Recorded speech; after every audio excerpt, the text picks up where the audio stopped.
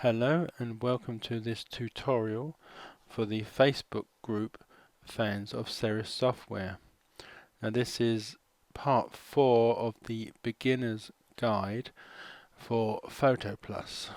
Now I'm using version X8, but this should be okay. Well, going back quite a way now. The brush tool hasn't really changed that much, and it is the brush tool that I want to look at. This is not going to be a totally in-depth look at the brush tool, as this is only a beginner's guide. Now, I've set up this white panel here, which I'm going to just display various things about the brush tool. Now, the brush tool can be found in the Tools toolbar down here on the left, and it is this tool here, which looks like a paintbrush. You just click on that. You can, if I go back to where I was, which was the rectangular selection tool, you can just press the keyboard letter B, and when I press it, you should see that it goes from this tool down to that tool there. So press that, and it immediately goes to the brush tool. So you don't even have to go over here to click on it. You can just press the B key. Now when you select the brush tool, various options run along the top here, which are all to do with the brush tool. Now the first one is the blending mode. There's a little arrow next to the word normal, which is the default setting, which just means it will be like 100% pixels, and it will be as you expect it to look. But the other blending modes, as you can see, they are the same as they are when you use layers, like pin light, hard light, overlay, and the blending mode you use will obviously affect how the paint is applied to the background. I would say 100% of the time you would be using normal, especially when you're using other tools that use the brush tool. There's a selection tool, which you use the brush tool to make selections, which will have very similar, if I click on that, it will have similar sort of options, like changing the brush size and things like that. But I'll go back to the brush tool. So like I said, most of the time you'll be using normal, so you wouldn't really need to alter it. The next option is opacity, which again, it says by default is set at 100%, which just means that if I click and move across the screen here, it is 100% opacity. If I lower this down to around the 50% mark and paint underneath that, as you can see, it is virtually grey. If I go down even lower, down to 14%, say, it's lighter still. So that is basically what the opacity does.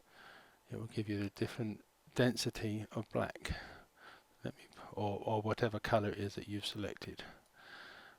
Let me put this back up to 100. Now the next one is brush size. No, the brush options, sorry, which has got this little logo here, which is the brush options. If you click inside that, it will open up the brush options box. There are quite a few options here, and I'm really not going to look into all of them, but the most important one really is hardness. In many tutorials, be it my ones or other people's, you might get asked to use a hard brush or a soft brush. And all this basically means if 100% hardness, when you paint, it will be much like I did up here. It will have pretty much solid edges. If I lower this down, as you can see the little box below, that's starting to become fuzzy around the edges. So I go down to 10%, click OK, and then paint again. As you can see, the circle, which is the paintbrush, is reduced in size because that is where the solid part of the ink will be painted, and anything outside of that will then become sort of blurred. I'll just paint across here and you can see, so that would be the soft edge brush, which is the same size, believe it or not, as the one up that there with the hard edge brush. So I will demonstrate later on the difference and why you may want to use one over the other. Let me just put this back to 100% hardness. And if I click OK on this, you should see that the circle for the brush size has gone back to being much the size it was up here. As you can see, that fits perfectly, but here it is now bigger than the blurred line, although it's the same brush size. I hope that makes sense. Right, talking of brush size, which is the next option, you can move it up and down in single digits, or click on this arrow and then move it up and down by larger amounts. So you could go quite small, like that, or even smaller still and make it very, very small. Now you can also alter the brush size by pressing the square bracket keys, which I think on all keyboards is next to the P key on the keyboard. And if you press the left square bracket key, it will reduce the size, and the right one will increase the size. So this is just me pressing the keyboard, reducing the size to, up and down however I want it. I'll just press Ctrl and Z a few times to get rid of a lot of what I've done here, to get me back to a blank screen. Right, so that is the size looked at, reducing and increasing the size. And the next one is flow. Again, you can increase and decrease in single digits, or you can move it by this slider by larger amounts. Now, this is how fast that the paint will come off the brush. If you keep the left mouse button held down and move it, it will, as you can see, it will make a solid line at 100%. If I bring this down to 50%, the flow rate, roughly, there we go, 50%, and I'll do that again. As you can sort of see that although it is a solid line still, it is not. That's because I'm going quite slow. If I went quickly, you can see it is a bit better, that it's not coming out as a solid line. If I reduce this down even further, to 25%, as you can see, you can actually see the different bits of the circles of black being painted. I come down further still to about 10%. As you can see how much different that is between that and a solid line, just by altering the flow rate of how quickly the ink comes off the brush. Right, we'll put this back to 100%. I'll press Ctrl Z a few times to get rid of a lot of these. Right, the next one is airbrush. Now this really works best when you have a soft brush, or it's more noticeable. So what I will do is I will go back down and make this into about 20% soft brush. Okay. Right, as you can see there, without that ticked, if I click and keep the left mouse button down, it will just make the image once.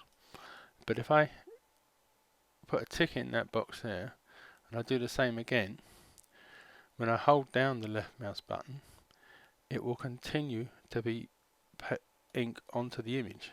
As you can see, it's now spreading out I'm not moving this at all, it is just spreading out, and it will increase to the size of whatever the size brush. So it's now made a solid circle that is the brush size of 350, which is what I'm set at. So as you can see, I could make it probably half the size by holding it down just a little bit. So you can make various size circles just by how long you hold down the left mouse button. And if you do a continuous motion, obviously at certain points you may stop and make it bigger, or carrying on round.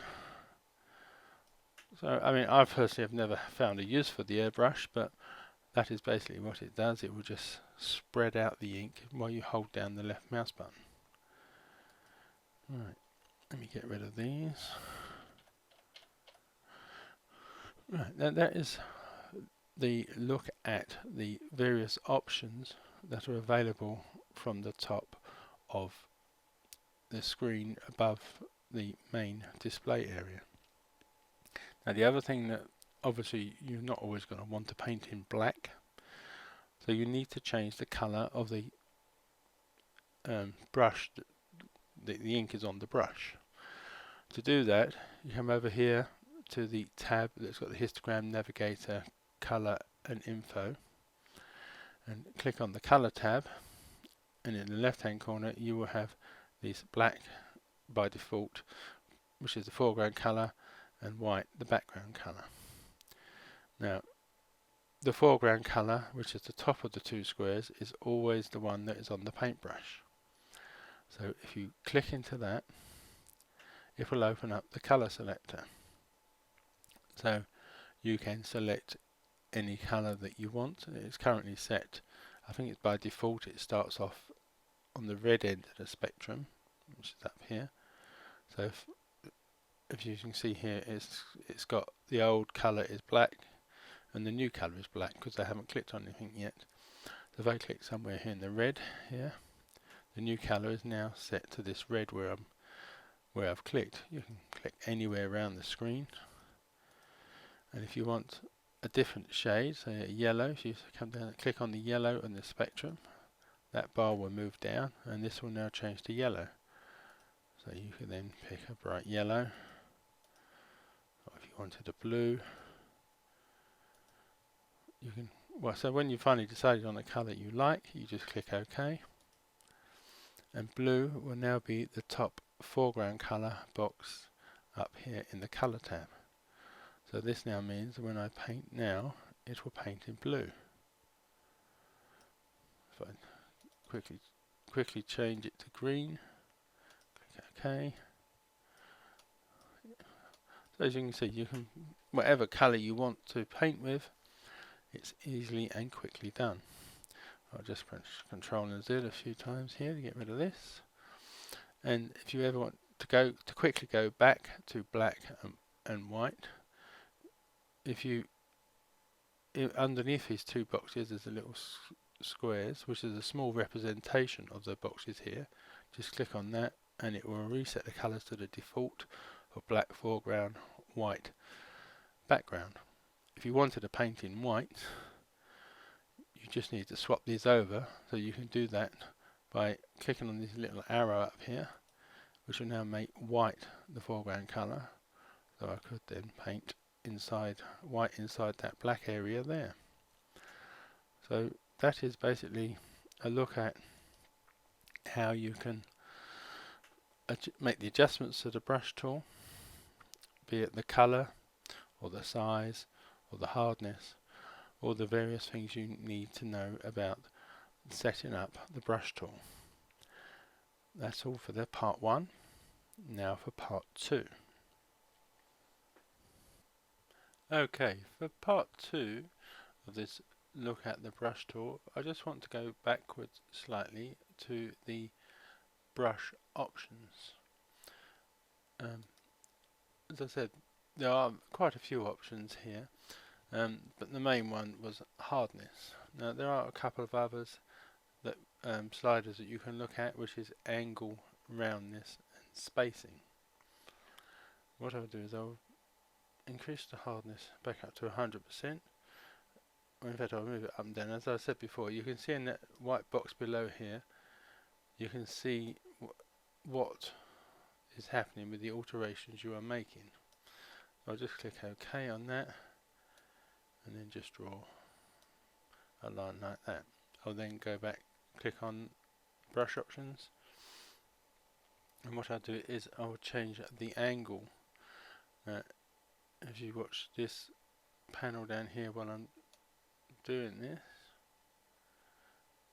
not a lot happens. So I'll put that back down to 0, and then we'll look at round this, and I'll move that to the left, and as you can see, it is making it a much thinner, weirder shape. So I'll click OK. You've got to remember this, I haven't altered the size at all. I'm just altered the roundness, and that is how that one looks. If I click back in here, again, if I change the angle this time, you can see it's actually having an effect where it didn't have an effect previously on just the non-altered roundness. So if I put it like there, for example, which is, and just click 229, click OK, and now, so you can see the difference from altering the roundness or the angle, how much different you can make the brush size look, brush shape look. And yeah, this is all exactly the same brush size. So I will click back into the brush options and then look at spacing. Again, you should be able to see down here the effect it should have, and it's basically just how far apart each individual click or mark on the screen will be made while you're dragging it along. There's quite a long spacing, so it takes quite a while before the next line is drawn. I've probably gone a bit too far there. Let's bring it back a bit closer. At about 92. Click OK. So you can see you've got those 3 settings alone, how different the brush image size, well, of that size will look. I've not altered the size, all I've altered are the different settings from the brush options. You can also set the brush size here, because as you can see up here I was 350 and this is set on 350.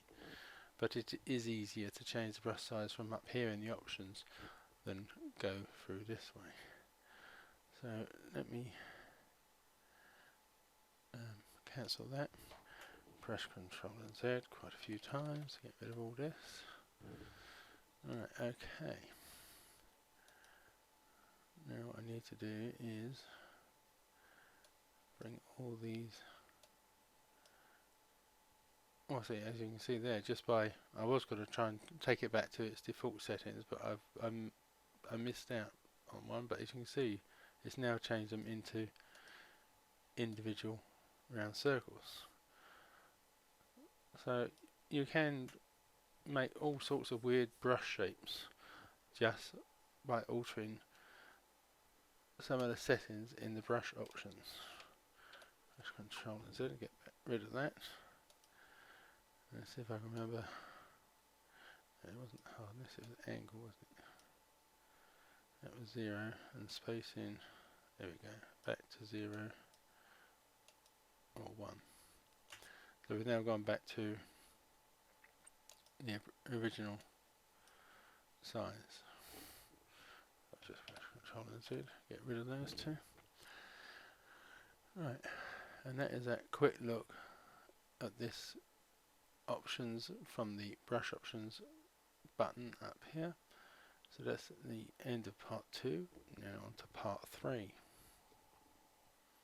Okay, with part 3 of this look at the brush tool, I'm going to look at how you can all make alterations, but not from the options along the top here, but from the tab over here on the right, which is the one next to the adjustments tab, which is brush tip. If you click on that,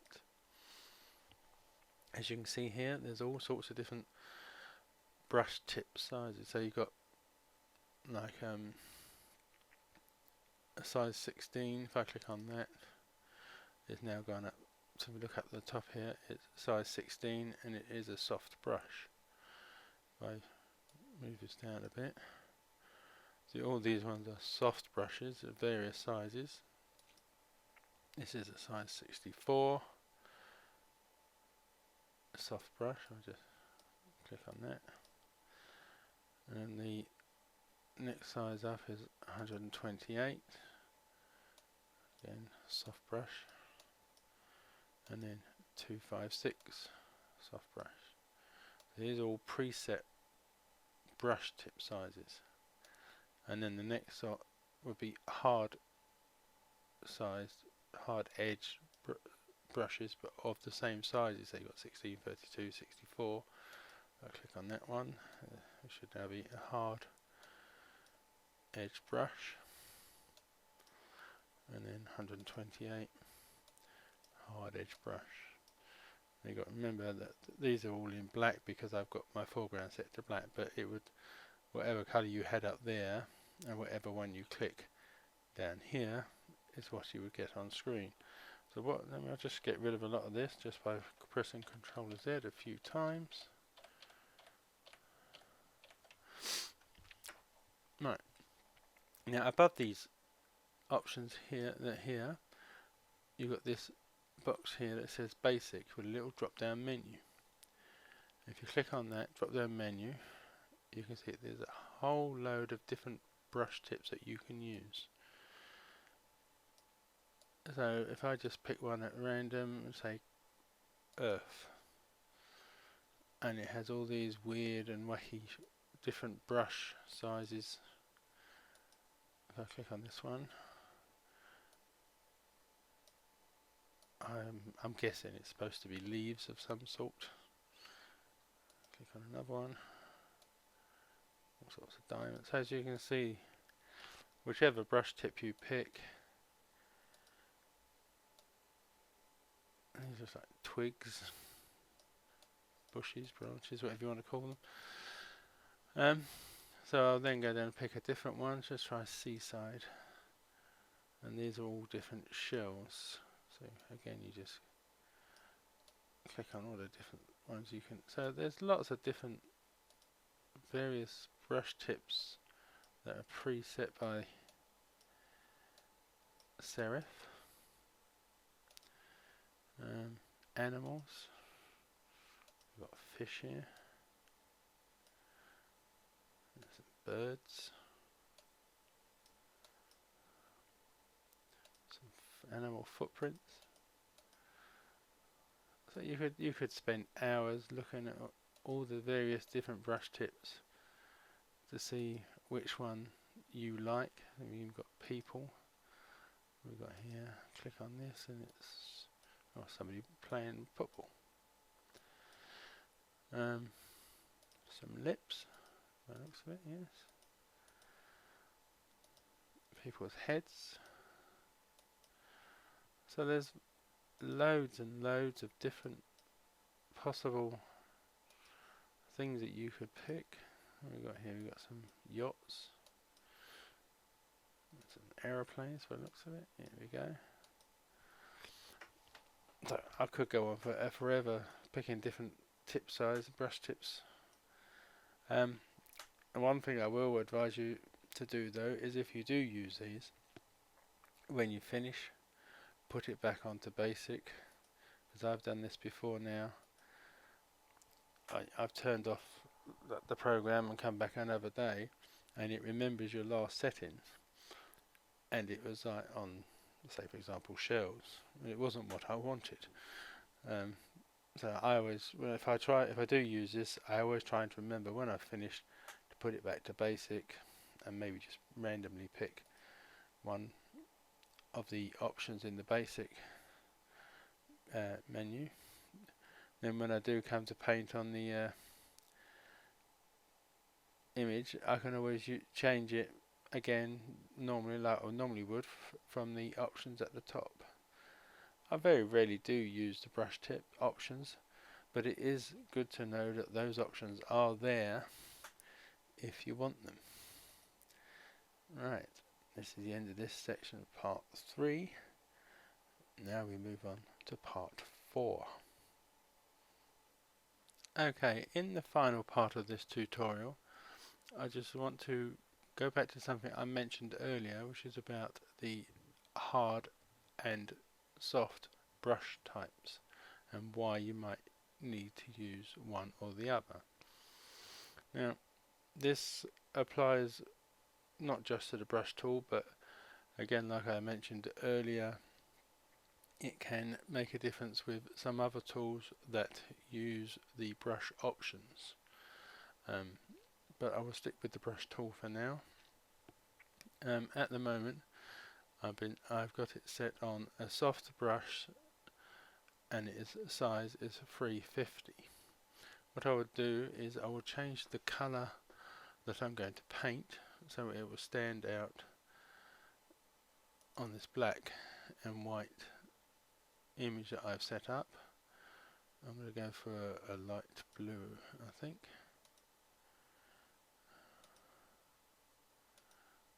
It's about there, okay. Right, so if I just click on here, as you can see, it is a soft brush. Now if I wanted to get really close to this very sharp edge here with a soft brush, if I start painting close to it, obviously because it's a soft brush, you don't have to go right up to the edge, because it is sort of fading at the edges. You can stay a little bit away from the edge and slowly paint in to the edge without hopefully going over. Let me zoom in a bit. As you can see, I have slightly gone over, and the nearer you go to the edge, the more likely you are to paint over into the area that you don't want to paint over. So if I now change this to a hard brush, go on the other side. Now because this is a hard brush, the paint will obviously stay within the size of the circle of the brush, as you can see here. So now if I go close to the black edge here, you have to be extra careful, but it's not going to bleed too much unless you do, like I'm doing now deliberately, edge in to the area you don't want to. I'll press Control and Z to get rid of that. So it's best to, if you were doing this properly, you would reduce the size down when you came close to something you don't want to go over, and probably zoom right in so you can see what you're doing. But either version, whether you use hard brush or soft brush, I personally find it very difficult to manipulate. I'll come back over to this side and go back to using a soft brush. Okay, now that I'm zoomed in and got a smaller size, it is probably easier not to paint over the image that you want to be kept one colour. And like I said, I did just go over just then. Both ways you really do need to take time and effort, but with some things it's easier with a soft brush and other times with a hard brush, because obviously like, if you're doing the big area over here, it's going to take you longer with a soft brush than it would with a hard brush, because the hard brush applies more ink a lot more quickly. So basically that is the difference between why you might want to use a soft or hard brush, and that finishes this look at the brush tool for beginners. There are many other options you could use in the options, brush options, like there's shape, dynamic, scatter, color and texture and other things. These things I did sort of cover in the written tutorial, which can be downloaded from the Facebook Fans of Serif software group pages. So if you want to know more about it, I suggest you join, or if you already have joined, download from the files section the brush tools PDF. I hope this has been of some help to everybody and anybody. Thank you and goodbye.